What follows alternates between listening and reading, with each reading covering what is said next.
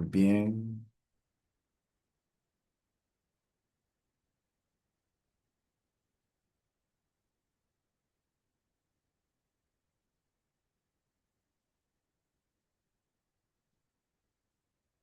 Ahora,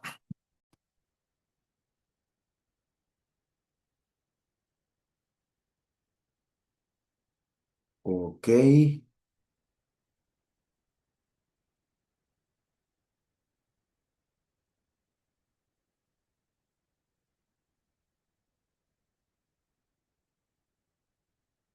Bueno, ahí tenemos la primera carta a los tesalonicenses. Ahora nos corresponde estudiar la primera y la segunda carta del apóstol Pablo a la iglesia de Tesalónica.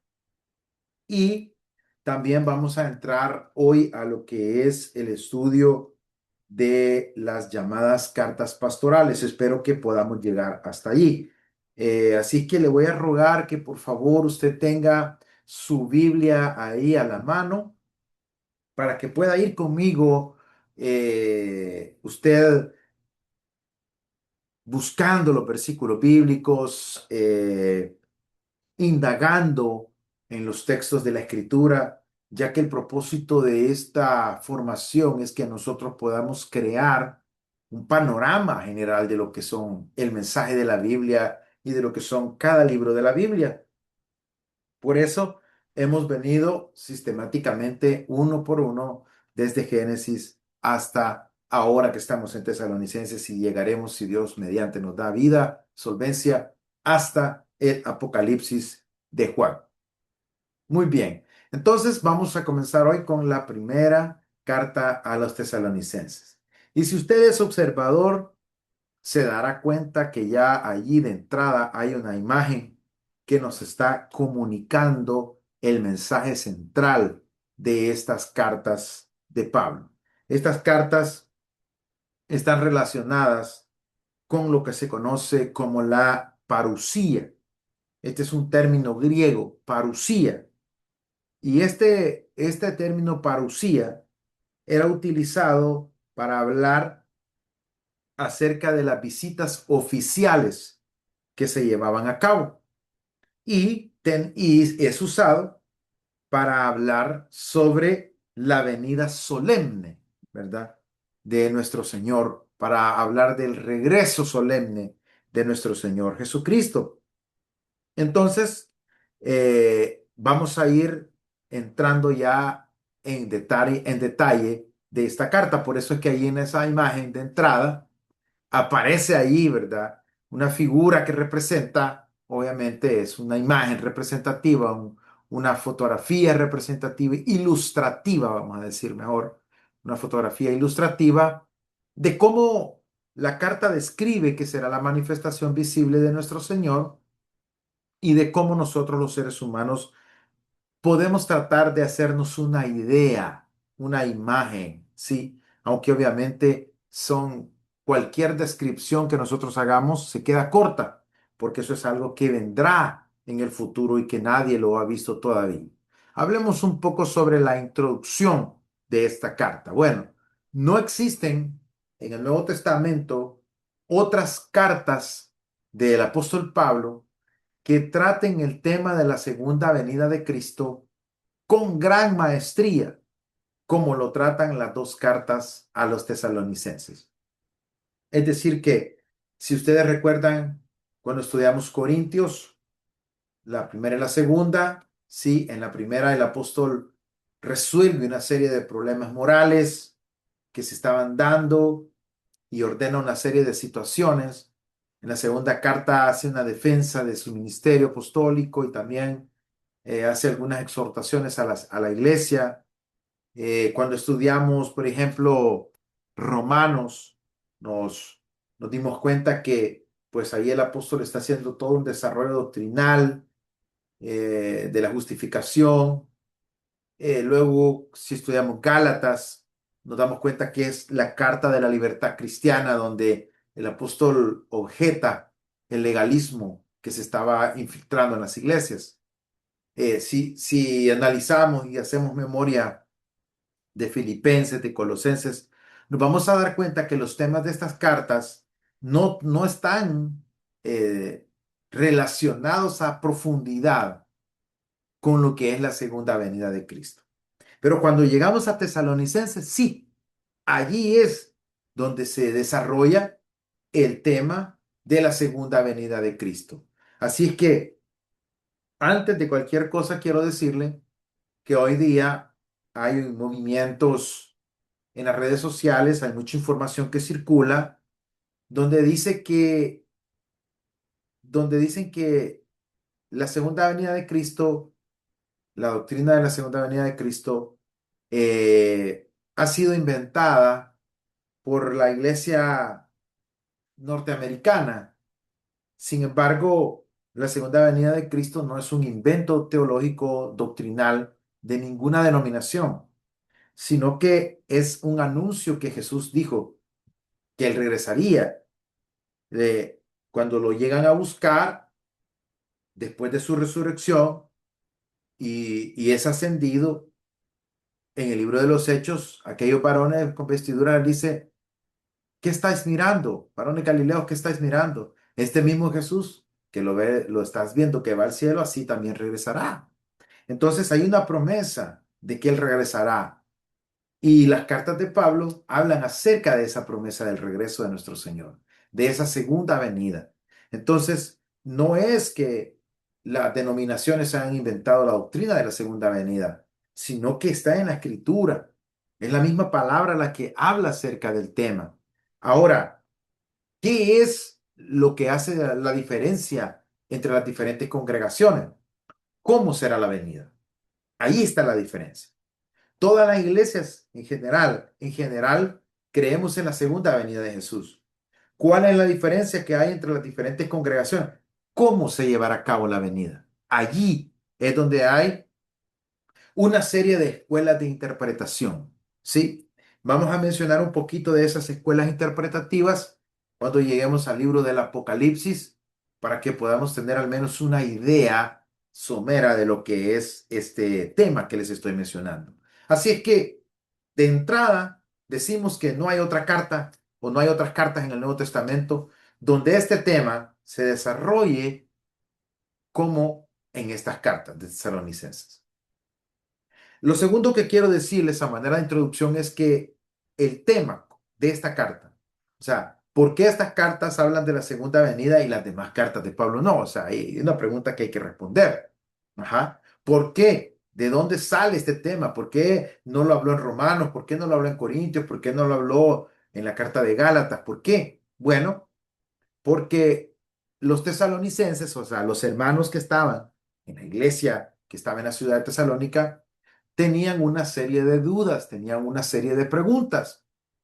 Y la primera de las preguntas que ellos se hacían era, ¿qué es lo que ha demorado la venida del Señor? O sea, ellos decían, Jesús ya fue levantado. Ahora, ¿por qué no ha regresado el Señor a traernos? ¿Por qué no ha vuelto el Señor por su iglesia?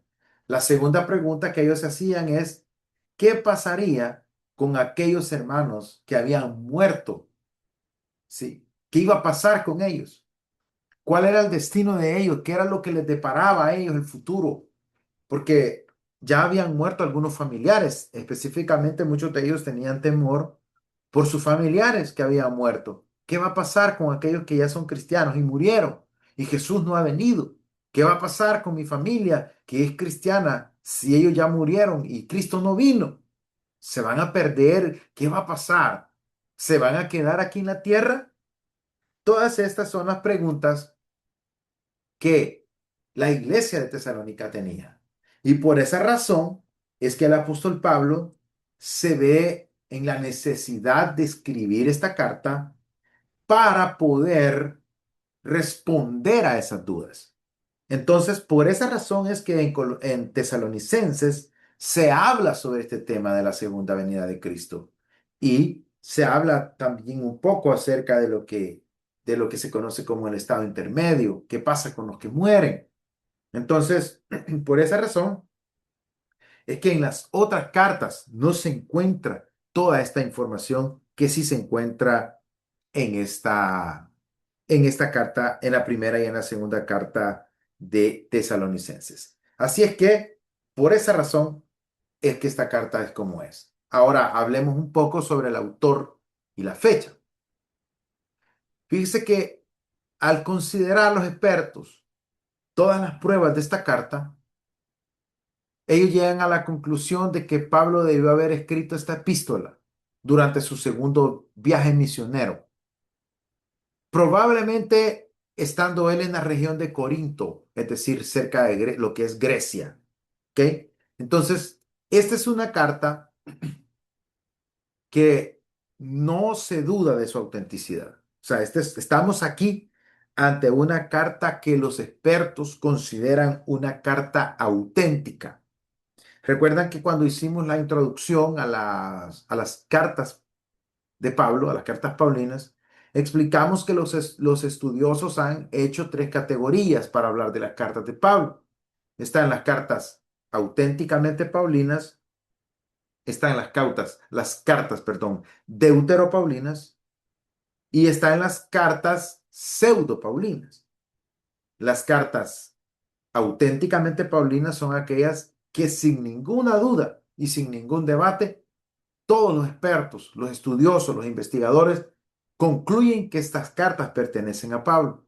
Las deuteropaulinas son aquellas cartas que generan debate y hay hay opiniones divididas. Hay un buen grupo que considera que sí son originales de Pablo y hay otro grupo que objeta esa creencia. Entonces, por eso se llama deuteropaulinas, porque son cartas que están en debate si fueron escritas o no fueron escritas directamente por Pablo.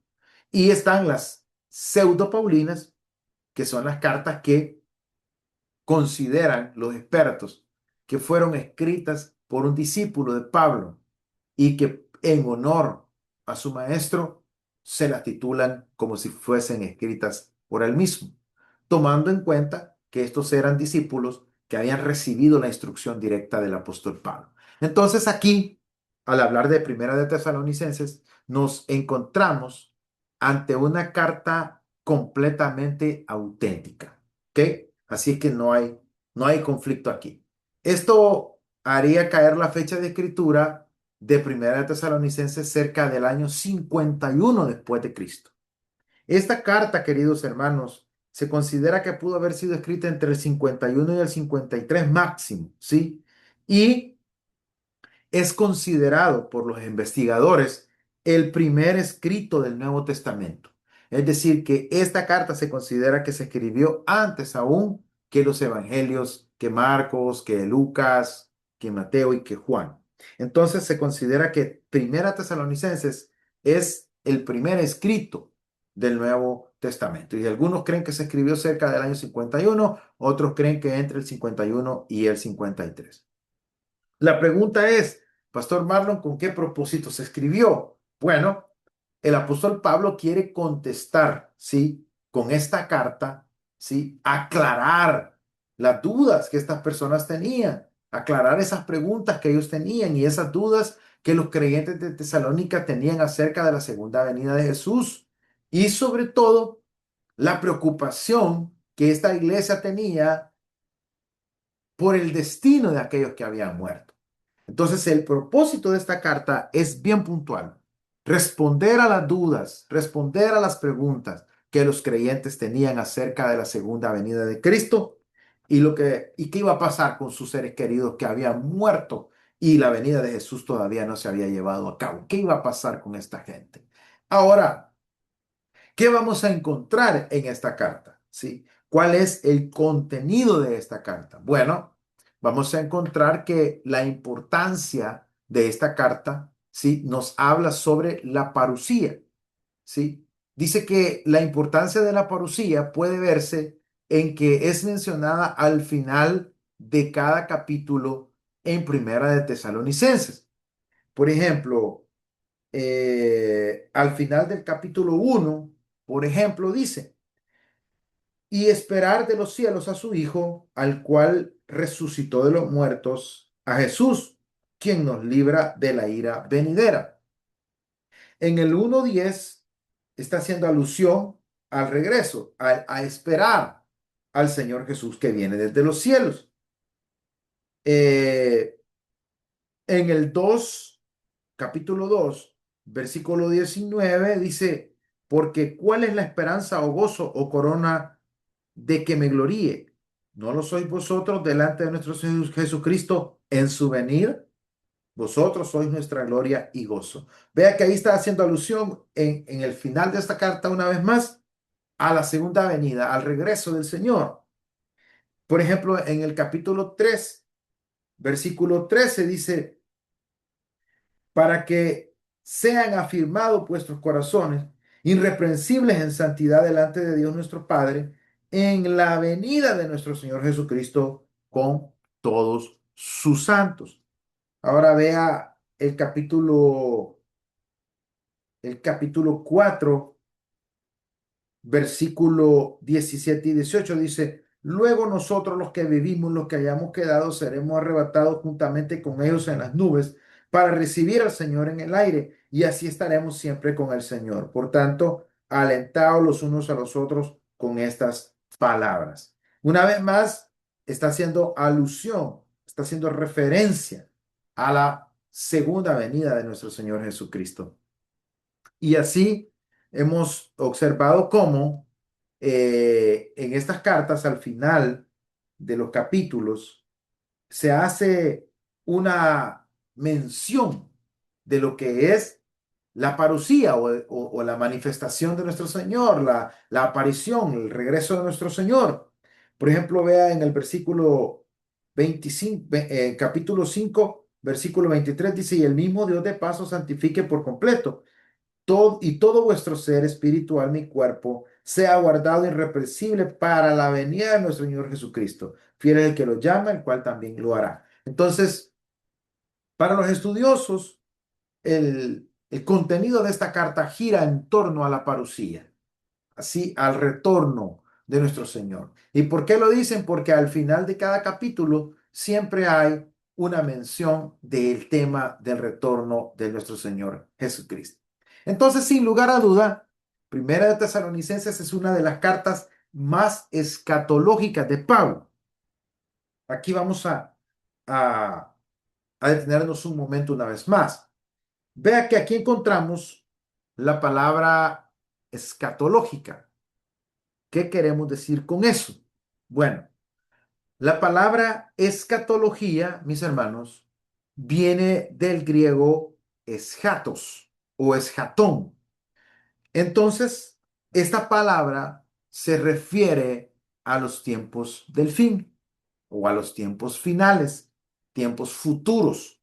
Entonces, cuando estamos diciendo que Primera de Tesalonicenses es una de las cartas más escatológicas de Pablo, estamos refiriéndonos a que en esta carta es donde él más habla de temas que tienen que ver con los tiempos futuros y sobre todo con tiempos finales, ¿sí? Entonces la escatología es la rama de la teología o la doctrina teológica que trata del estudio de los acontecimientos finales. En este sentido, está el estudio de los temas que tienen que ver con el fin de los tiempos, no solamente en el Nuevo Testamento, sino los anuncios que vienen anteriores hechos en los profetas. Entonces, la escatología estudia todo eso. Está compuesta de dos palabras, ¿sí? Escatos o eschatos, que es el final, y logos, que es tratado o estudio. Entonces, escatología es el estudio de los acontecimientos finales o el estudio de los acontecimientos futuros, ¿sí? Que están relacionados al juicio final, ¿sí? De Dios, al juicio final, ¿ya? Que Dios va a traer y a los acontecimientos finales. Entonces, por eso se dice que Tesalonicenses es una carta escatológica. Entonces usted ya sabe, cuando escuche la palabra escatológico, ya sabe que esta es una palabra que se está refiriendo a los acontecimientos finales, ¿ok? A la doctrina de los acontecimientos finales. En esta epístola hay un tema central y este tema es la epístola del consuelo del ministerio pasado y del futuro retorno de nuestro Señor. Es decir, que esta carta busca producir esperanza, busca producir consuelo, busca consolar a las personas que habían perdido sus seres queridos y que estaban preocupados por qué iba a pasar por estas personas que habían muerto ya. Entonces, el apóstol tiene que hacerles mención que Cristo compró para ellos ya en su ministerio terrenal. Él compró la salvación para nosotros, la pagó a precio de sangre, pero no solamente una salvación terrenal o digamos temporal mientras estamos aquí en la tierra, sino que es una salvación que va más allá, una salvación que va a incluir la eternidad, pero que es una salvación en la que el Señor promete regresar por su pueblo y que así como él estuvo presente por las calles polvorientas de Galilea, de Judea, ¿sí? De Belén, donde el Señor anduvo, así de cierto será que regresará por su pueblo. Por eso es una epístola del consuelo del ministerio pasado y del futuro retorno del Señor. Entonces, no solo nos hace recordar la importancia que tuvo el tiempo en que el Señor estuvo en la tierra, sino que hace alusión a este retorno que nuestro Señor Jesucristo tendrá. Ahora, ¿cómo está estructurada esta carta? ¿Cuál es el contenido de esta carta? ¿Qué es lo que nosotros vamos a encontrar al acercarnos a esta carta? En primer lugar, vamos a encontrar en el capítulo 1, versículo 1, el típico saludo. Recuerde que él está utilizando una estructura literaria de carta, ¿sí? Que se caracteriza por las partes que en aquella época tenía un escrito. Aquí, en este caso, inicia con el saludo. Capítulo 1, versículo 1, dice Pablo, Silvano y Timoteo a la iglesia de los tesalonicenses, en Dios Padre y el Señor Jesucristo, gracia y paz, sean a vosotros de nuestro Padre y del Señor Jesucristo. Ahí empieza el saludo de la carta. Luego, él comienza a hablar acerca de la acción de gracias y de la conversión de los hermanos de Tesalónica. Esto va del capítulo 1, versículo 2 hasta el versículo 10. En toda esa parte, él va a ir hablando acerca de los tesalonicenses, de la fe de ellos, pero inicia con una acción de gracias, que era también algo característico de las cartas antiguas. Iniciar después del saludo, dar gracias, ¿sí? Entonces aquí encontramos que en el versículo 2 dice, damos siempre gracias a Dios por todos vosotros, haciendo memoria de vosotros en nuestras oraciones, acordándonos sin cesar delante del Dios y Padre nuestro de la obra de vuestra fe, del trabajo de vuestro amor y de vuestra constancia en la esperanza en nuestro Señor Jesucristo. Ahí él está dando gracias a Dios por la vida de los tesalonicenses. Está agradeciéndole a Dios por la vida de estos hermanos que se habían entregado a Jesucristo y que ellos estaban consagrados a la vida cristiana. Luego vamos a encontrar en el segundo aspecto, en la segunda parte del contenido de la carta, vamos a encontrar como un tercer punto, perdón, la defensa y el recuerdo del ministerio de Pablo.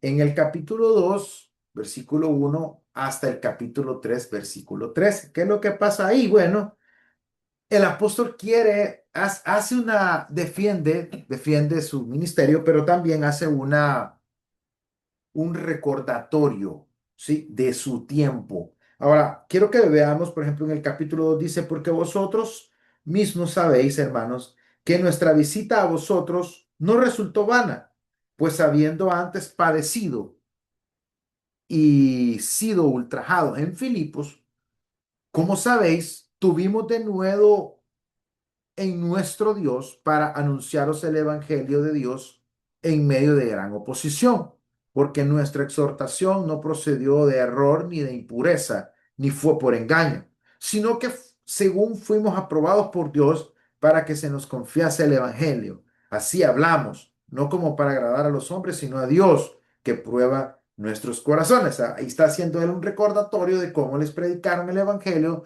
de cómo se fundó esta iglesia y cómo el evangelio llegó a la vida de los tesalonicenses. Luego también habla un poco acerca de estas situaciones, defiende un poco de su ministerio. Por ejemplo, en el capítulo, siempre capítulo 2 versículo 9 dice, porque os acordáis, hermanos, de nuestro trabajo y fatiga, como trabajando de noche y de día para no ser gravosos a ninguno de vosotros, os predicamos el evangelio. Vosotros sois testigos y Dios también de cuán santa, justa e irreprensiblemente nos comportamos con vosotros los creyentes, así como también sabéis de qué modo, como el Padre a sus hijos, exhortábamos y consolábamos a cada uno de vosotros. Y os encargábamos de que anduvieseis como es digno de Dios, que os llamó a su reino y a su gloria. Entonces se está haciendo un pequeño recordatorio de cómo su ministerio llegó ahí, cómo tuvieron contacto con su ministerio y cómo él es un hombre que se ha consagrado y que en ningún momento es un hombre que está buscando sacar provecho de ellos, sino bendecirlos, guiarlos, orientarlos y que caminen correctamente delante del Señor. Hermanos, la verdad que ese es el deseo de un pastor, es el deseo de un líder, el deseo de un ministro de Jesucristo. Es que los cristianos puedan caminar como es digno del Señor, puedan caminar como es acorde a lo que el Señor quiere que se camine. Por eso me encanta esta parte que leímos, porque él dice, porque él lo que procuraba era que ellos caminaran correctamente, ¿sí? Que ellos se encarrilaran, ¿sí? A lo que el Señor estaba estableciendo. Ahora, veamos la siguiente parte. En esta parte, ya es una parte más medular, donde ya él va a tratar el problema de la carta, ¿sí? El problema que estaba en la iglesia de Tesalonicenses. Ahí va a tratar él este punto. Y dice, esta parte se conoce como las exhortaciones prácticas para la vida cristiana en el capítulo 4 versículo 1 hasta el capítulo 5 versículo 22. O sea, todo esto comienza desde el 4 y llega hasta el 5 versículo 22, porque luego viene la conclusión de la carta. ¿Y qué es lo que él va a desarrollar? ¿Qué es lo que él va a hablar en esta carta? En primer lugar, habla de la importancia de la santidad. Hermanos, esta situación de la santidad es un problema hoy día, porque las personas piensan que la santidad es cosa del pasado, que la santidad es algo de lo que no debemos nosotros de estar enseñando, predicando, que las cosas han cambiado, que somos cristianos, que estamos bajo la gracia y que podemos hacer lo que queramos. Pero hermano, este es un mal enfoque de lo que es el cristianismo. Lamentablemente, muchos se han dedicado a predicar un evangelio sin conocerlo, sin profundizar, y eso ha traído serios problemas. Entonces, vea, dice, aquí el texto dice, por lo demás, hermanos, estoy en el capítulo 4. Por lo demás, hermanos, os rogamos y exhortamos en el Señor Jesús, que de la manera en que aprendisteis de nosotros, cómo os conviene conduciros y agradar a Dios, así abundéis más y más. Entonces, él está diciendo, miren, nosotros en ningún momento les hemos dado mal ejemplo. Ustedes han visto cómo nosotros hemos caminado de acuerdo a la palabra, cómo nosotros nos hemos conducido de acuerdo a lo que Dios quiere. Y eso es algo bien importante, queridos hermanos, que nosotros debemos de entender. Muchas veces en las iglesias hay personas que se conducen mal, que se comportan mal, que hacen las cosas mal. Y la situación es, queridos hermanos, que ellos no entienden que no se trata de eso el cristianismo. Muchas veces las personas dicen, ah, mire que el hermano fulano o el hermano sultano es de esta y de esta manera. Y entonces, muchas veces las personas piensan, ah, sí que lo tiene que regañar el pastor o etcétera. Sin embargo, Nosotros lo que podemos hacer es hacerle un llamado de atención, predicarle la palabra, enseñarle la palabra y con nuestro ejemplo. Sobre todo, enseñarle lo que no debe de hacer. El problema es cuando a veces los pastores son viciosos o los pastores tienen problemas de carácter así. Entonces allí también hay un problema y los miembros lo imitan. Pero cuando el apóstol aquí está diciendo, de la manera que aprendisteis de nosotros, cómo os conviene conduciros y agradar a Dios, así abundéis. Porque ya sabéis, dice, qué instrucciones os dimos por el Señor Jesús. Pues la voluntad de Dios es vuestra santificación, que os apartéis de fornicación, que cada uno de vosotros sepa tener su propia esposa en santidad y honor, no en pasión de concupiscencia, como los gentiles que no conocen a Dios, que ninguno agravie ni engañe en nada a su hermano, porque el Señor es vengador de todo esto, como ya os hemos dicho y testificado. Pues no nos ha llamado Dios a inmundicia, sino a santificación. Así que el que desecha esto no desecha a hombres, sino a Dios, que también nos dio su Espíritu Santo. Entonces vea que ahí está haciendo un claro llamado a la santidad. Pero no solamente hace un llamado a la santidad, sino que también hace un llamado al amor fraternal. Porque es bien importante esto. La persona que vive en santidad también debe de tener amor. Porque si una persona dice vivir en santidad y no tiene amor, esta persona lo que es un religioso legalista. Pero no es una persona que vive en santidad. No nos equivoquemos. Hoy en las redes hay un montón que salen predicando ahí, hermano.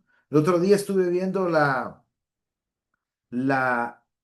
un video de un supuesto predicador muy famoso que tiene un montón de reproducciones y like en las redes y hay un montón de gente que lo sigue. Y él estaba diciendo que cuando su hija había llegado de Estados Unidos a visitarlo a un país X, no voy a decir país por ética, él no la había recibido en su casa, a pesar que sabía que su hija llevaba dólares. Él no la recibió porque ella llevaba el pelo pintado y en su casa él no permitía esos desórdenes. Entonces, hermano, ¿qué amor es ese? O sea, ¿qué clase de amor es ese? Ese es el cuestionamiento que yo hago. O sea, si el padre del hijo pródigo hubiera pensado así, ¿será que su hijo hubiera podido regresar y encontrar el camino? No. Entonces muchos hoy están confundiendo la santidad con la religiosidad legalista y piensan que la santidad tiene que ver con ese montón de reglas y normas y juicio. No, Dios no es así. O sea, si tú vas a vivir en santidad, te vas a conducir moralmente y éticamente de forma correcta, pero no te da derecho eso a menospreciar y a despreciar a tu prójimo. Al contrario, la santificación te debe de llevar a amar a tu prójimo. Mira lo que dice, vamos a seguir aquí en la lectura, dice en el versículo 9. Está el llamado al amor fraternal. Dice, pero acerca del amor fraternal, no tenéis necesidad de que os escriba, porque vosotros mismos habéis aprendido de Dios que os améis unos a otros. Y también lo hacéis así con todos los hermanos que están por toda Macedonia. Pero os rogamos, hermanos, que abundéis en ello más y más, que procuréis tener tranquilidad y ocuparos en vuestros negocios y trabajar con vuestras manos de la manera que os hermanos que os hemos mandado, a fin que os conduzcáis honradamente para con los de afuera y no tengáis necesidad de nada. Aquí está haciendo él un llamado, dice, miren, esto se trata de amarnos. O sea, y me encanta esto porque dice que procuréis tener tranquilidad. Hermano, esto cuesta en las iglesias, hermano. Qué barbaridad, hermano. Qué terrible. Hay iglesias que son pueblo chico, infierno grande, hermano. Porque ahí hay una de gente peleonera, hay una de gente quejista, hay una de gente conflictiva que Dios santo. O sea, no pueden vivir tranquilos. Yo me pregunto, ¿qué clase de evangelio han escuchado? ¿Qué clase de evangelio les han enseñado? ¿O qué clase de Biblia han leído? Porque la Biblia que yo he leído me llama a mí a vivir en tranquilidad, a llevarme bien con los demás, a trabajar en armonía con los demás, no andar peleando, que yo digo esto, que aquel dice lo otro, que yo pienso esto, que hermano, todas esas son puras obras de la carne. La Biblia dice que los pleitos, iras, celos, disensiones son obras de la carne, de gente carnal, de gente que no está conectada con el Espíritu Santo, gente que anda lejos, caminando lejos de la voluntad del Señor. Entonces tenemos nosotros que aprender que la santidad está conectada con el amor fraternal. Ahora, ojo con esto, porque una vida de santidad y una vida de amor fraternal nos van a preparar para la venida de Cristo. ¿Sí? Y esto es importante, porque ahora Él va a comenzar ya a tratar el asunto relacionado a los tiempos finales, al retorno de Cristo, al juicio final. Él va a tratar ya estos temas. Pero vea qué interesante que antes quiere asegurarse que los cristianos de Tesalónica hayan entendido con claridad que no se puede vivir el cristianismo sin santidad y sin amor fraternal. Esto nos va a preparar para qué? Para la parucía, ¿sí? Y para la resurrección. ¿Ok? Vea lo que dice. La palabra aquí nos dice en el capítulo 4, versículo 13. Dice, tampoco queremos, hermanos, que ignoréis acerca de los que duermen, para que no os entristezcáis como los otros que no tienen esperanza. Porque si creemos que Jesús murió y resucitó, así también traerá Dios con Jesús a los que durmieron en él. Ahí les está respondiendo la duda. ¿Cuál era la duda? ¿Qué iba a pasar con sus familiares que habían muerto? ¿Qué iba a suceder con los hermanos de la iglesia que ya habían fallecido y Cristo no había venido? ¿Se iban a quedar sepultados en la tierra? ¿No había esperanza ya para ellos? ¿O acaso el evangelio solo era para esperanza mientras vivían y una vez ya muertos, el evangelio ya no tenía nada que ofrecer a aquellos que creyeron en Jesús? Pues aquí está respondiendo y dice, porque si creemos que Jesús murió y resucitó, de la misma manera el Señor va a traer con Jesús a los que durmieron en él. Es decir, una vez tú mueres, Dios es el que se encarga de ti. Dios es el que tiene el control de ti. No tiene que tener temor. No tiene que estar preocupado. Les dice Pablo, está bien, ustedes tienen una duda, excelente, pero yo quiero que sepan que el que muere, el que cree muriendo, el que muere creyendo en Cristo, el que muere creyendo en Cristo, este está seguro porque Dios lo va a traer, ¿sí? Dios lo va a tomar. Versículo 15, por lo cual os decimos esto en palabra del Señor, que nosotros que vivimos, que habremos quedado hasta la venida del Señor. Aquí está que es lo que le digo. O sea, la venida del Señor no es que se la inventó la iglesia bautista, la iglesia presbiteriana, la iglesia metodista, la iglesia pentecostal. La venida del Señor no se la ha inventado ellos. La venida del Señor es una revelación de Dios en su palabra. Entonces aquí dice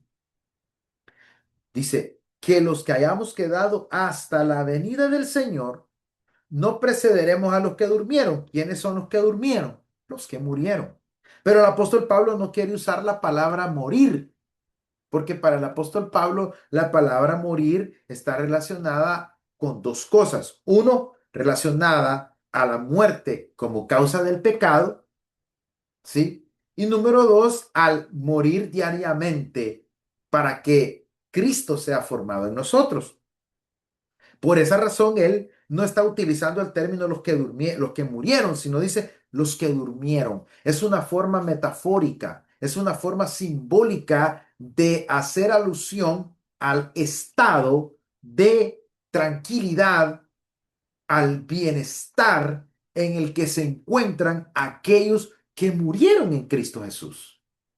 Por eso él está utilizando la palabra los que durmieron. Porque para él, las personas que murieron creyendo en Jesús están en un lugar de descanso, están en un lugar de paz, están en un lugar de tranquilidad, están en el mejor lugar que pudieran estar. Por eso utiliza la palabra dormir. Versículo 16. No, no se trata aquí, quiero aclarar, que cuando lleguemos a la secta, vamos a hablar de este punto, de una secta que es la iglesia adventista. Ellos hablan acerca de la doctrina del sueño del alma. Ellos dicen de que cuando la persona muere, se duerme por completo y no siente nada y está ahí hasta la resurrección. Pero esta persona está completamente dormida, o sea, está inconsciente, completamente inconsciente. ¿Por qué? Porque ellos toman literal el versículo donde dice los que durmieron, pero este es un lenguaje metafórico y ellos lo toman literal. No entienden que es una metáfora para hablar del bienestar en el que se encuentra el cristiano que murió en Cristo Jesús o que partió de esta tierra estando con fe en Cristo Jesús. Entonces de aquí se deriva una doctrina negativa, una doctrina errada que se llama el sueño del alma. Y hay otras sectas que también lo creen, ¿verdad? Veamos aquí, por ejemplo, luego dice, porque el Señor mismo, con voz de mando, con voz de arcángel y con trompeta de Dios, descenderá del cielo y los muertos en Cristo resucitarán primero. Aquí quiero hacer una pequeña pausa. Hermanos, hay tanto que hablar, pero voy a tratar de ir más rápido. Pero quiero que sepan que aquí en esta parte, versículo 16, dice, el Señor mismo con voz de mando, voz de arcángel, o sea, está hablando de figuras y dice, y con trompeta de Dios, descenderá del cielo y los muertos en Cristo resucitarán primero. Aquí hay algo importante. Esa parte donde dice, y con trompeta de Dios.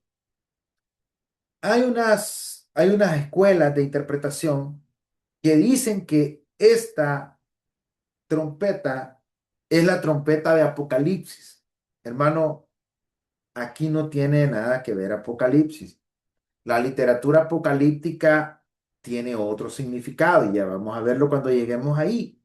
Este texto no está haciendo alusión, ¿sí? No está haciendo alusión a a las siete trompetas de Apocalipsis, ¿sí? Lo que sí está haciendo alusión es, obviamente, que la venida del Señor será notoria. La trompeta tenía diferentes tipos de sonido y uno de los sonidos de la trompeta era alertar al pueblo para que estuvieran atentos ante las invasiones de los enemigos. Otros sonidos de trompeta eran para convocar, para reunir al pueblo. Entonces, lo que aquí está queriéndonos decir el texto es que el Señor se va a encargar de reunir a su pueblo en cualquier parte del mundo en el que se encuentre. No tiene que ver esto nada con la trompeta de Apocalipsis y aquí algunos dicen, no, tiene que sonar la séptima trompeta y la iglesia va a pasar por todas las demás trompetas. Hay toda una serie de interpretaciones ahí, pero estoy haciendo la aclaración para que usted no se vaya a dejar engañar. ¿Por qué? Porque hoy en las redes sociales, hermano, hay tanto experto, entre comillas, que salen hablando de teología, de Biblia, hermano, sin haber tenido un estudio sistemático, sin haber tenido un estudio serio de la escritura, sacando versículos del contexto, sin conectarlos con el contexto histórico, con el contexto literario, con el contexto cultural, sin hacer el respectivo análisis teológico del texto, simplemente salen hablando su postura y muchas veces la gente se confunde. Por eso es importante este estudio, hermanos. Por eso es importante que si usted va a ser cristiano, agarre seriedad y estudie la palabra para que no lo vayan a confundir, para que no lo vayan a engañar. Y habiendo estado en la verdad, usted después termine blasfemando de las cosas de Dios. Entonces es importante. Muchos, ahí hay tanta cosa, hermano. Yo me sorprendo cuánta cosa negativa, cuántas cosas erróneas, enseñanzas erróneas circulan en las redes. Tenga mucho cuidado de qué se nutre. Por eso tenemos nuestra escuela de formación aquí, para que usted se... Y aquí usted lo está viendo, venimos en orden de la palabra. Sí, usted mismo lo está comprobando. Por eso es importante que ahí tenga su Biblia y lo vaya leyendo y haga sus anotaciones. Es importante eso. Entonces, hace un llamado a la parucía, que es el retorno de nuestro Señor. ¿sí? La venida de nuestro Señor. Un término que al inicio se refería a lo que era una visita, ¿sí? Oficial, ¿verdad? Y llegó a ser tomado como esta venida solemne de nuestro Señor Jesucristo. Luego, Él nos habla en este mismo texto, dice, luego nosotros los que vivimos, los que hayamos quedado, seremos arrebatados. Y aquí está otro punto. Dicen, que esa doctrina del arrebatamiento se la inventaron los pentecostales. No, no, nosotros no nos hemos inventado nada. Aquí está en la Biblia. Dice aquí que el Señor va a arrebatar, dice. ¿Sí? Y esta palabra, arrebatamiento, dice que seremos arrebatados juntamente con ellos en las nubes para recibir al Señor en el aire y así estaremos siempre con el Señor. Esta palabra arrebatamiento lo que quiere decir es que seremos tomados con el Señor. El Señor nos va a tomar a nosotros, ¿sí? En ningún momento nosotros estamos inventándonos eso, ¿sí? Ahora que hay, vamos a decir, algunas interpretaciones que son extremistas acerca de la doctrina del arrebatamiento, claro que las hay. Y ahí es donde muchos pues dicen, esas doctrinas han sido inventadas, esas doctrinas no tienen sustento bíblico. Pero aquí claramente usted lo está leyendo. El Señor va a tomar a su pueblo. ¿Cómo lo va a hacer, Pastor Marlon? No sé. Nadie lo sabe. Nadie lo ha visto. Esto es un misterio de Dios que en su momento dado nosotros lo vamos a beber, lo vamos a vivir. O si ya estamos muertos, vamos a resucitar. O si estamos vivos, lo vamos a vivir en carne propia.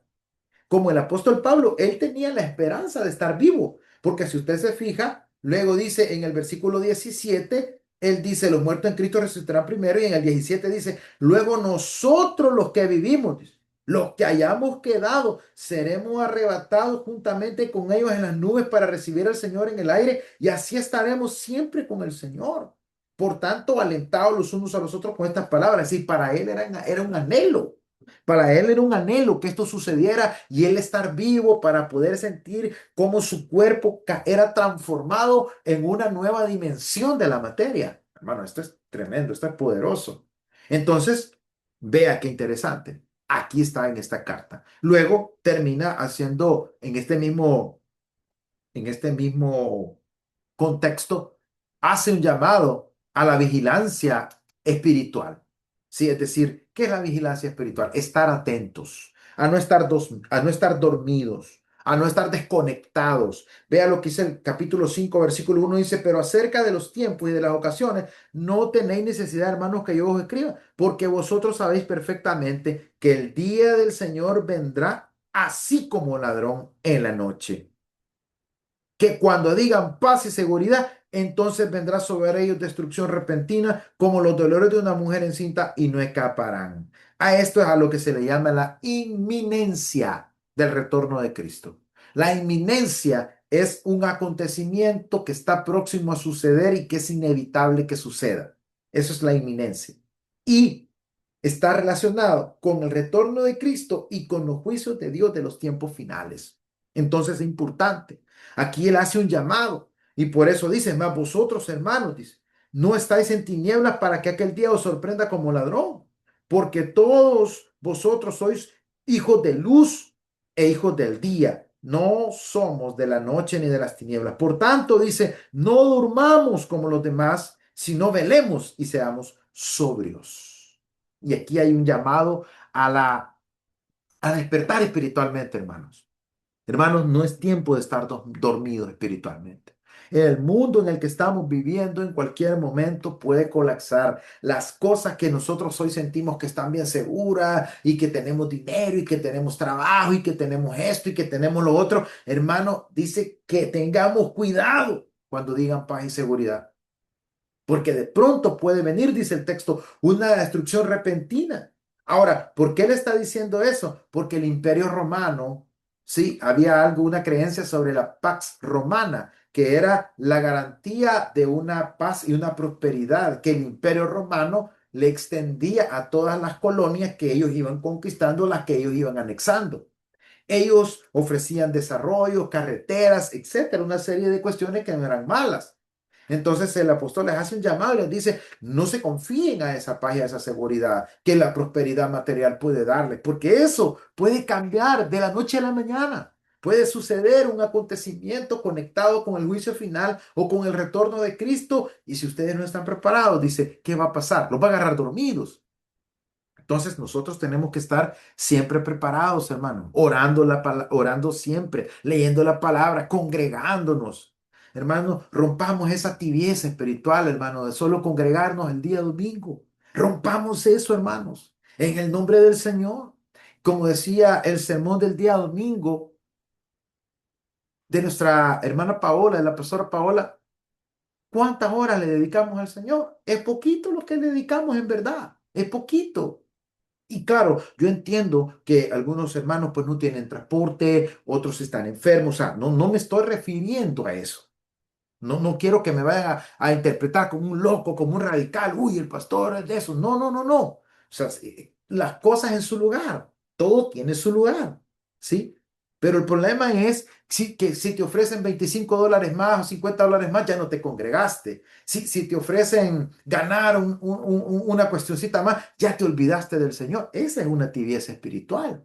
Porque tú ya tienes lo tuyo. Dios ya te dio lo tuyo. ¿Cuándo le vas a dar tú al Señor? Y no me estoy refiriendo a dinero, me estoy refiriendo a tu vida, tu tiempo, tu honra, tu servicio a Dios. ¿Cuándo? Y aquí hay un llamado claro que Él está haciéndole a esta iglesia. Y le está diciendo, ustedes no están en tinieblas, ustedes no los va a sorprender la venida del Señor, ustedes están en luz. Pero por eso les dice, no durmamos como los que están, como los que están asomnolientos y dormidos. Dice, versículo 6 del capítulo 5 dice, si no dice que velemos y seamos sobrios, pues los que duermen de noche duermen y los que se embriagan de noche se embriagan. Pero nosotros que somos del día, seamos sobrios, habiéndonos vestido con la coraza de fe y de amor y con la esperanza de la salvación como yermo. Mire qué interesante, hace aquí una alusión a lo que también menciona en la carta de los Efesios, donde habla de la armadura del cristiano. Entonces, mire qué interesante todo lo que él desarrolla en esta carta. Por motivo de tiempo, voy a avanzar porque me falta todavía la segunda carta. Entonces, luego de esto viene la conclusión y la bendición final. En el capítulo 5 del versículo 23 hasta el 28, ahí vamos a encontrar lo que es la bendición final. Y ahí hay unas salutaciones finales, ¿verdad? Dice, hermanos, dice, orad por nosotros, saludad a todos los hermanos con ósculo santo, que es un saludo, obviamente, de beso, pero con el respectivo respeto, ¿sí? Y dice, os conjuro por el Señor que esta carta se lea a todos los santos hermanos. La gracia de nuestro Señor Cristo, de nuestro Señor Jesucristo sea con vosotros. Amén. Ahí encontramos el cierre de esta carta. Entonces, mire qué interesante el contenido que tiene esta carta primera de Tesalonicenses. Él quiere advertirle a la gente que esté despierta espiritualmente, velando espiritualmente, que no se conformen, porque el Señor va a regresar de una manera cuando ellos menos se lo esperen. Entonces, no los debe de agarrar distraídos, sino debe de estar apercibidos de estas palabras, ¿sí? Deben de estar conectados, deben de estar entendidos. Esto nos lleva entonces a una segunda carta, porque algo sucedió aquí. Cuando se entrega la primera carta, se lee la carta en las iglesias, hay un problema ahí que se llega a dar. Hay una situación que se genera a raíz de la primera carta. Hay una situación que se genera y hace necesario entonces que pueda surgir la segunda carta a los tesalonicenses. Veamos entonces de qué trata la segunda carta de Tesalonicenses. Veamos el trasfondo y la fecha. La primera carta no tuvo el impacto que Pablo deseaba. Qué terrible esto, hermano. Es que miren, hermano, cuando se trata con personas, es bien difícil que las cosas sean como uno las planea o que las cosas sucedan como el líder o el pastor o lo que quiera usted las esté queriendo hacer. Porque siempre hay situaciones que se prestan para entendimientos de diferente índole, diferente forma. Fíjese que por eso dice aquí que la primera carta no tuvo el impacto que Pablo deseaba. Y hay dos posibles razones. La primera, los tesalonicenses habían interpretado mal la carta enviada por él. ¿Sí? Algunos piensan que el problema que se dio es que los tesalonicenses entendieron mal la doctrina de la inminente venida de Cristo o del inminente retorno de Cristo. Pero otros creen que alguien falsificó la carta y la puso como si fuera de Pablo, cuando en realidad no lo era. Es decir, algunos piensan que alguien falsificó la información de la carta. Por eso en el versículo 2, en el capítulo 2, versículo 2 dice que no os dejéis mover fácilmente de vuestro modo de pensar, ni os conturbéis ni por espíritu, ni por palabra, ni por carta como si fuera nuestra, en el sentido de que el día del Señor está cerca. Entonces, posiblemente, según algunos expertos, piensan que alguien falsificó la carta y puso cosas que no eran originales de Pablo ahí, y por eso se malinterpretó. Otros piensan que fue la misma iglesia la que no logró entender correctamente la carta. Por eso en el capítulo 3 versículo 17 dice, oh, perdón, ahí hay un error. En el capítulo, sí, en el capítulo 3 me parece que es en el versículo, ahorita les digo, ahí hay un error de dedo. Aquí en el versículo 14 dice 3:14. Dice, si alguno no obedece a lo que decimos por medio de esta carta, a ese señaladlo y no os juntéis con él para que se avergüence, mas no lo tengáis por enemigo, como si no amonestarle como hermano. Y luego dice, en el 16 y el 17 dice, y el mismo Señor de paz os dé siempre paz en toda manera. Pero aquí viene lo que les quería enfatizar yo. En el versículo 17 dice, la salutación es de mi propia mano, de Pablo, que es el signo en toda carta mía. Así escribo. Se ve necesario agregar esta parte, este párrafo, por lo que piensan algunos de que habían falsificado la primera carta de Tesalonicenses. Pero, pues son hipótesis. Recuerde que esto se escribió hace 2000 años casi. O sea, nosotros difícilmente vamos a poder entender a cabalidad exactamente lo que ahí sucedió. Lo que sí es claro es que la iglesia no entendió el mensaje correctamente. Lo que sí es claro es que el mensaje se tergiversó, ya sea porque el apóstol Pablo no lo ya sea porque no pudieron comprender las palabras escritas del apóstol Pablo como él quería, o porque alguien falsificó información en la carta. Cualquiera de las dos opciones pudieron darse. Ahora bien, la fecha para la segunda de Tesalonicenses anda alrededor del año 51, entre el 51 y el 52, ¿sí? Son cartas que estaban muy cercanas. Obviamente, después de haberse escrito la primera carta, pero eso sí, no pasó mucho tiempo desde que se escribiera la primera para que se escribiera la segunda, porque pasó un problema, lo que ya les mencioné. Hubo una confusión doctrinal. Ahora, ¿cómo se estructura esta segunda carta? ¿Cuál es el contenido que vamos a encontrar en la segunda carta de Tesalonicenses? Es una carta breve que solo tiene 3 capítulos. Veamos entonces qué es lo que vamos a encontrar. Para poder corregir el nuevo error, ¿cuál es el nuevo error? Bueno, el nuevo error es que los tesalonicenses entendieron que Jesús ya iba a regresar, que ellos tenían que estar velando, orando. Entonces ellos dejaron todas sus actividades, dejaron los estudios, dejaron el trabajo, dejaron los negocios, dejaron todo para dedicarse nada más a esperar al Señor, para dedicarse a esperar la segunda venida de Jesús. ¿Sí? Eso fue una mala interpretación que se dio. Y por eso ahora se ven en la necesidad de escribir una segunda carta, ¿sí? Que venga a corregir el error que se había generado. Y en esta carta a los tesalonicenses, Pablo desarrolla, la desarrolla de la siguiente manera. Él desarrolla una serie de temas. En primer lugar, el escritor, que ahí se identifica como Pablo, corrige el error de aquellas personas que creen que la segunda venida ya ocurrió. Como le digo, se tergiversó, ¿verdad? Entonces, ¿qué pasó? Hubo un grupo de hermanos de esta iglesia de tesalonicenses que pensaban que la segunda venida de Cristo sucedía cuando usted moría, porque como dice que el Señor los iba a tomar, el Señor nos va a tomar, nos va a arrebatar.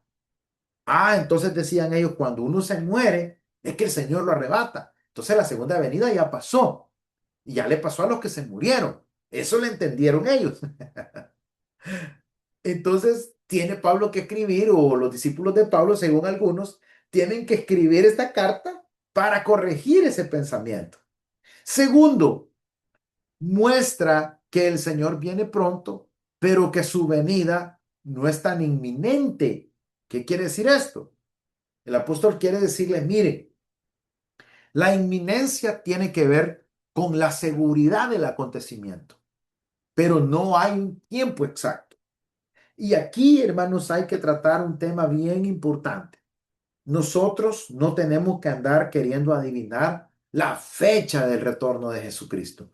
Ese tema ha traído grandes controversias, ha traído grandes divisiones, ha traído grandes problemas, ha traído grandes fracasos. Miren,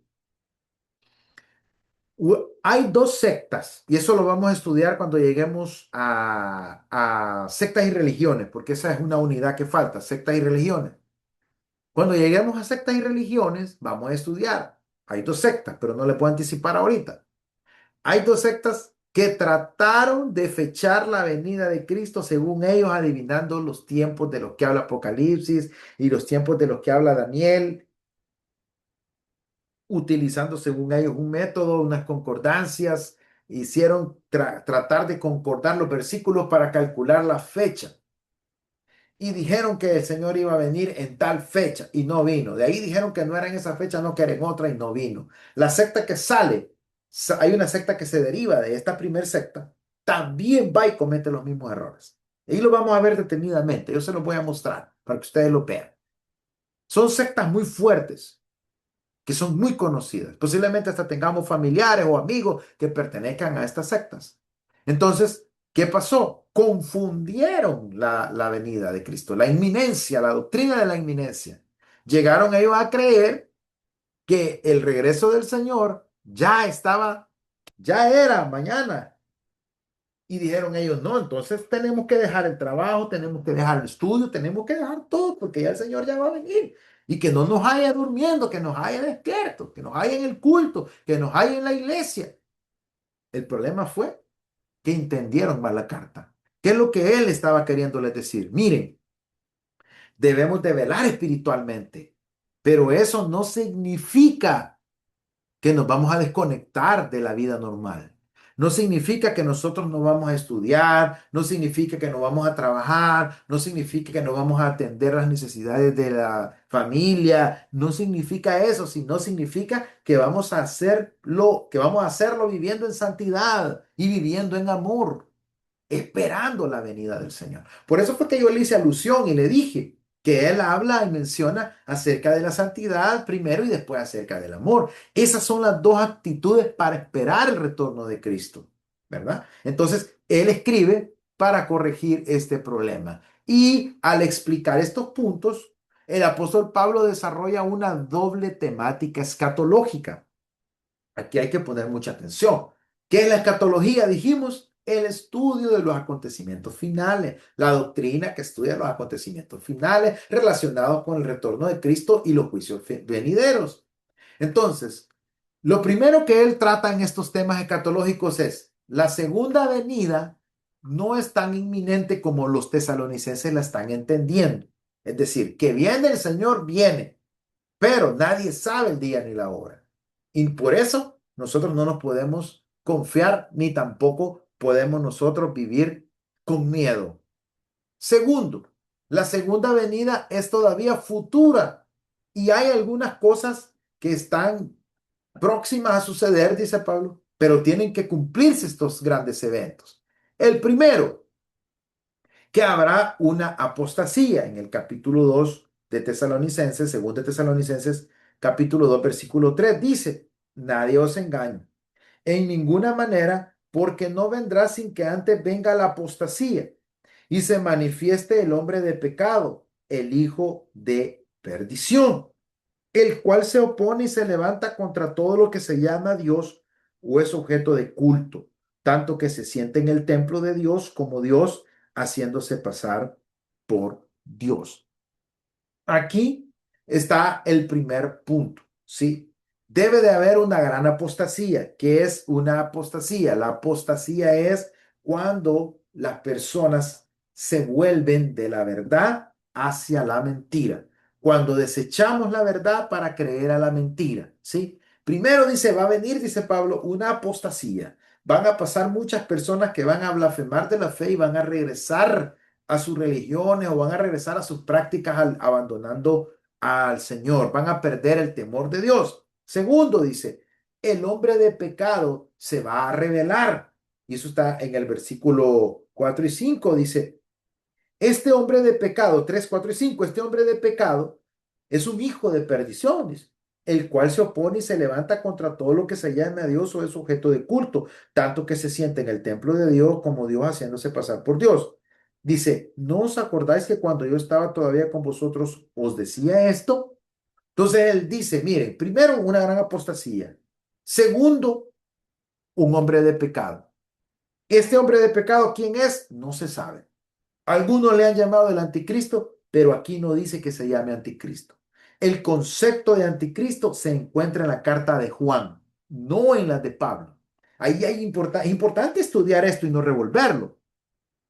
El hombre de pecado se supone que es un sujeto que va a imitar el comportamiento de Epífanes el loco. ¿Se acuerdan cuando estudiamos el periodo del Intertestamento? Allí hubo un rey que era greco-sirio, Epífanes, a quien los judíos le llamaban Epímames, que significa el hombre loco. Y este sacrificó una cerda en el templo del Señor, ¿sí? Una cerda en el altar de Jehová. Y se proclamó él Dios. Él se llamaba Epífanes, que era Dios.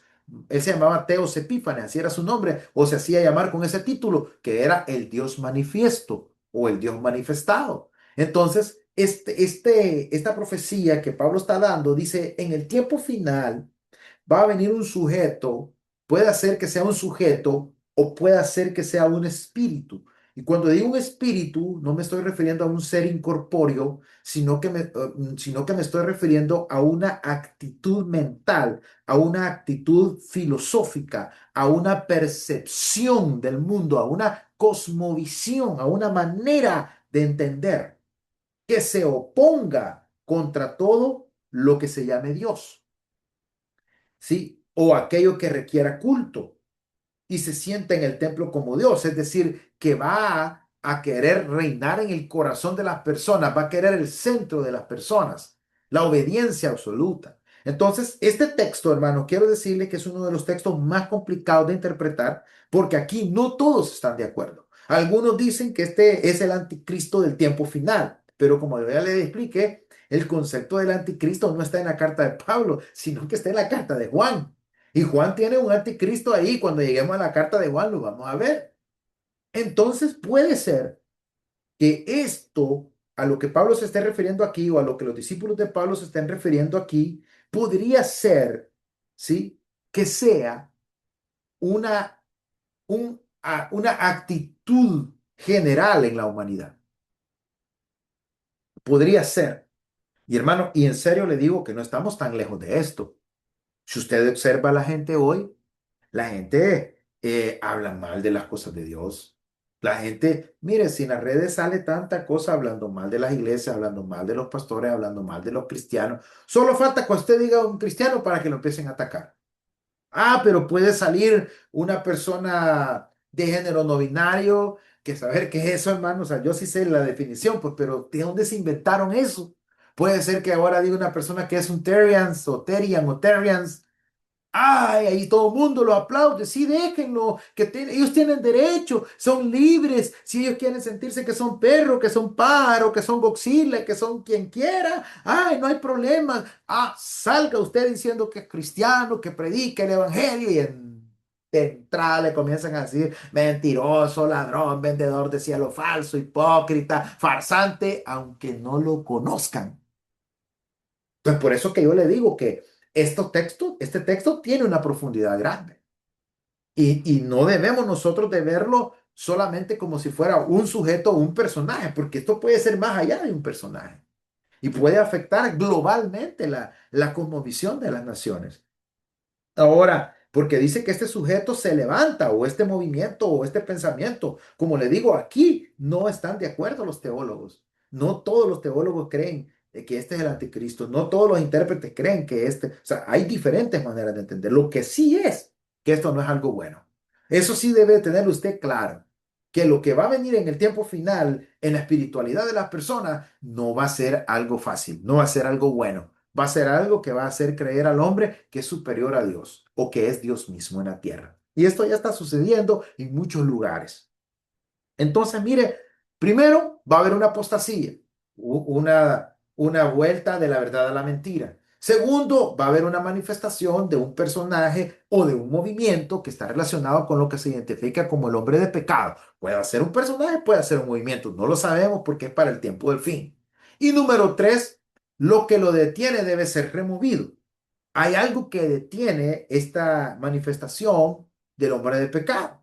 Vea lo que dice en el versículo 2, perdón, capítulo 2, versículo 6. Dice, y ahora vosotros sabéis lo que lo detiene,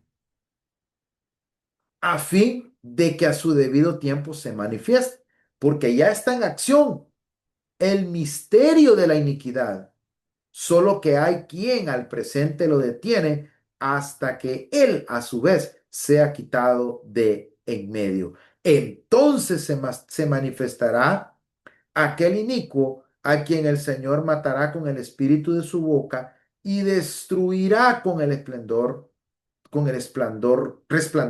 el resplandor de su venida. Inicuo, cuyo advenimiento es por obra de Satanás, con gran poder y señales y prodigios mentirosos, y con todo engaño de iniquidad para los que se pierden, por cuanto no recibieron el amor de la verdad para ser salvos. Por esto Dios les envía un poder engañoso para que crean la mentira a fin de que sean condenados todos los que no creyeron en la verdad, sino que se complacieron en la injusticia. Entonces, por eso le digo, dice aquí que este tercer acontecimiento dice que hay algo que lo detiene. Aquí volvemos otra vez a un punto de conflicto en la interpretación bíblica. Algunos piensan que esta referencia es la iglesia, que mientras la iglesia siga predicando, la iniquidad no va a poder dominar sobre la humanidad. Siempre Dios va a estar a través de la predicación, a través del mensaje, deteniendo el avance de la apostasía y deteniendo el avance del pecado, del inicuo. Hay otros intérpretes que dicen que esto que a su vez lo detiene, es decir, que impide que se manifieste el inicuo, el hijo de perdición, es el Espíritu Santo que está en la iglesia. Dicen que el Espíritu Santo es el que impide que este ser o este movimiento, lo que sea, porque no está definido, aquí si lo lee literal, a usted le aparece que es un individuo, pero es difícil que un individuo pueda hacer todo el daño que este texto dice. Esa es la contradicción, lo difícil de entender. Pero, ¿qué le quiero decir? Lo que dice aquí que esto debe ser removido. Hay algo que detiene que este inicuo haga destrozos como quiere hacerlo. Y esto es, algunos dicen el Espíritu Santo. Otros dicen que es el Evangelio de Cristo que está en la tierra predicado. Entonces, como le digo, estos textos no hay un consenso en el cual todos nos podamos decir, los que interpretamos la palabra, podamos decir, ah, sí, esta es la única interpretación que hay. ¿Por qué, Pastor Marlon? Porque está hablando de acontecimientos futuros, de acontecimientos finales, de cosas que no hemos visto. Solo tenemos ejemplos, por eso le puse el ejemplo de Epífanes el loco. También está el ejemplo de Nerón. Cuando lleguemos a Apocalipsis vamos a hablar un poco de eso, ¿sí? Entonces, vea qué interesante, porque Pablo explica estos puntos y desarrolla una temática escatológica. Habla acerca de los acontecimientos finales. ¿Cuál es el propósito de esta carta? Como ya lo dijimos, debido a la falsa interpretación de que Cristo venía demasiado pronto, algunos habían dejado de trabajar para esperar al Señor. Algunos llegaron a renunciar a su trabajo, llegaron a renunciar a su estudio, a todo renunciaron y solo se la pasaban orando en el templo o en la casa donde se reunían, solo se la pasaban orando. Entonces decían, no, es que yo, si Cristo viene ahorita, yo me quiero ir con él, yo no me quiero quedar. Entonces, Pablo los trata como ociosos, ¿sí? Y los anima a que regresen a sus tareas cotidianas, ya que están siendo carga para los que sí trabajan. Mire qué interesante, vamos a hablar un poco acerca de este punto en el versículo 6 del capítulo 3 dice, capítulo 3 versículo 6 dice, pero os ordenamos, hermanos, en el nombre de nuestro Señor Jesucristo, que os apartéis de todo hermano que ande desordenadamente y no según la enseñanza que recibisteis de nosotros, porque vosotros mismos sabéis de qué manera debéis imitarnos, pues nosotros no anduvimos desordenadamente entre vosotros, ni comimos de balde el pan de nadie, sino que trabajamos con afán y fatiga día y noche, para no ser gravosos a ninguno de vosotros. No porque no tuviésemos derecho, dice, sino por darnos nosotros mismos un ejemplo para que nos imitéis. Porque también cuando estábamos con vosotros, os ordenábamos esto. Si alguno no quiere trabajar, tampoco coma. Porque oímos que algunos de entre vosotros andan desordenadamente, no trabajando en nada, sino entremetiéndose en lo ajeno. A los tales mandamos y exhortamos por nuestro Señor Jesucristo que trabajando sosegadamente coman su propio pan. Y vosotros, hermanos, no os canséis de hacer el bien. ¿Qué era lo que estaba pasando?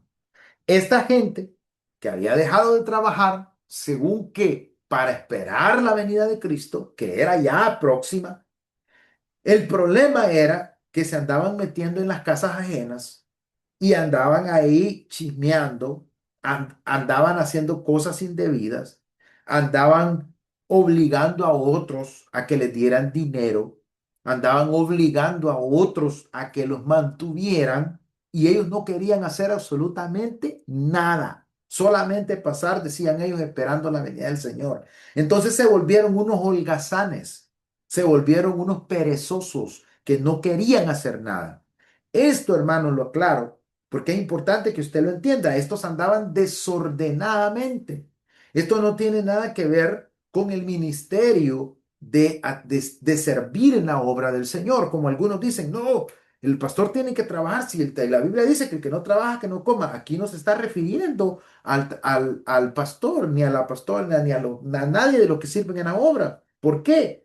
Porque vea que el mismo apóstol dice en el versículo en el versículo 9 dice, de él dice que ellos no quisieron, no comieron el pan de balde, es decir, no se aprovecharon de nadie, lo que él quiere decir ahí, para no serle carga a nadie, dice, porque, y en el 9 dice, no porque no tuviésemos derecho, sino por darles a nosotros mismos un ejemplo a ustedes para que nos imitaran. Es decir, él está diciendo, nosotros, ustedes no pueden pensar o decir que nosotros hemos sido haraganes y vagos y que porque nosotros somos haraganes, estos son haraganes también. ¿Sí? Él está diciendo eso. Nosotros teníamos derecho, dice, de comer el pan, de que ustedes nos apoyaran a nosotros para lograr el ministerio. Sin embargo, dice, no abusamos nosotros de nadie. Nosotros no hemos abusado de ninguna persona. Entonces, hay gente aquí, hermano, que saca ese versículo de contexto y critica el trabajo pastoral y piensan que uno debe de trabajar en la obra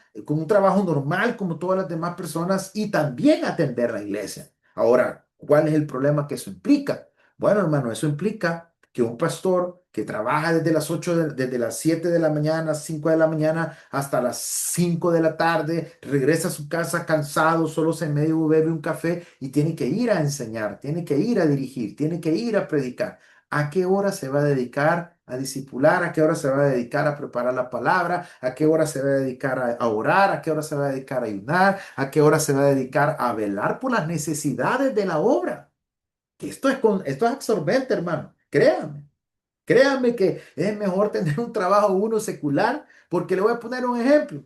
Usted trabaja, dependiendo de dónde usted trabaja, vamos a poner que trabaja de 8 a 4:30 de la tarde. Cuando usted sale de su trabajo, su jefe se queda allá y usted llega a su casa y usted está en su casa y usted ya no es trabajador de esa gente, ¿verdad? Si le llaman, si usted quiere, contesta, si no quiere, no contesta. Usted ya cumplió su horario.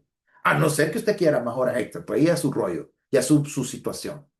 Entonces usted ya no tiene ningún tipo, no le van a estar llamando a usted, mira, fíjate que el chorro quedó encendido, la ducha quedó encendida, anda a apagarla. No, porque usted no es su trabajo. Usted no está ahí para eso. A usted le pagan por cierto trabajo, por ciertas horas y usted hace lo que le pagan. Pero en el trabajo del pastorado, hermano, nosotros no tenemos horario. Nosotros no tenemos nosotros ningún tipo de prestación, de ningún tipo de nada. Entonces, nosotros tenemos que velar. Si algo se arruina en la iglesia, nosotros los pastores tenemos que ver cómo se arruina, cómo se arregla y por qué se arruinó también para que no se vuelva a arruinar. Tenemos que saber eso, ¿sí? Si un ministerio no está funcionando bien, nosotros tenemos que velar porque ese ministerio funcione bien. Si un hermano está enfermo, tenemos que velar porque el hermano una oración reciba o estarle preguntando, estar pendiente de cómo está.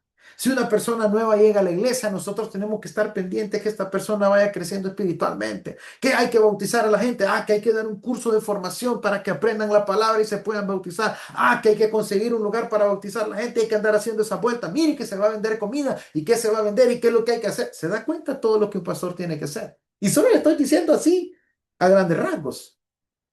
No digamos si hay que atender algún aconsejamiento de alguna familia que necesita una orientación o un problema, alguien que está pasando por un problema, le llama uno por teléfono, pastor, en este momento me está pasando esto. ¿Y qué tal si su pastor estuviera todo el tiempo en una oficina o estuviera trabajando en un lugar y le dijera, mire hermano, ahorita estoy trabajando, no lo puedo atender. Disculpe, a las 5 que salgo de aquí, llámeme si quiere. O mire, hermano, yo tengo que buscar lo mío también. Entonces, este texto no se está refiriendo a eso. No, no, no debemos de tergiversarlo. Pablo mismo dice, nosotros teníamos derecho de poder comer el pan, pero no abusamos de nadie. De eso se trata, no, no se trata que vamos a abusar, no. Hay un respeto, hay un límite para todo. Pero yo hago esta aclaración, mis hermanos, porque fíjense que esta es una cuestión que en las redes también como al atacan a uno de pastor, va. Sí, que los pastores, que no sé qué, que no sé cuánto. Hermano, y le voy a decir una cosa, y sin fundamento alguno. O sea, no hay ningún fundamento más que versículos retorcidos. Ahora yo no le voy a negar que hay algunos que son bandidos. Yo no le voy a negar que hay gente que yo no le voy a negar que los pastores son santas las palomitas, las santas palomitas. No, hay pastores que hay pastores que han hecho las cosas mal. Y eso hay que decirlo, tampoco vamos a callarlo. Pero el texto no está refiriendo a eso. Se está refiriendo a la tergiversación de la doctrina de la segunda venida de Cristo, que un montón habían agarrado de excusa para andar de casa en casa chismeando en lugar de ir a trabajar, exigiendo que les dieran de comer, exigiendo que les dieran cosas, porque ellos estaban esperando la venida de Cristo. A eso se está refiriendo el texto. Así que, mis queridos hermanos, miren qué interesante lo que estas cartas a nosotros nos enseñan. Vamos a quedarnos hasta aquí. Ya son las 8:39. Ya estaba listo con las cartas pastorales, pero vamos a quedarnos hasta aquí para que podamos nosotros tener un tiempo donde si alguno de ustedes tiene alguna duda, pueda preguntar y yo con gusto voy a tratar de respondérsela.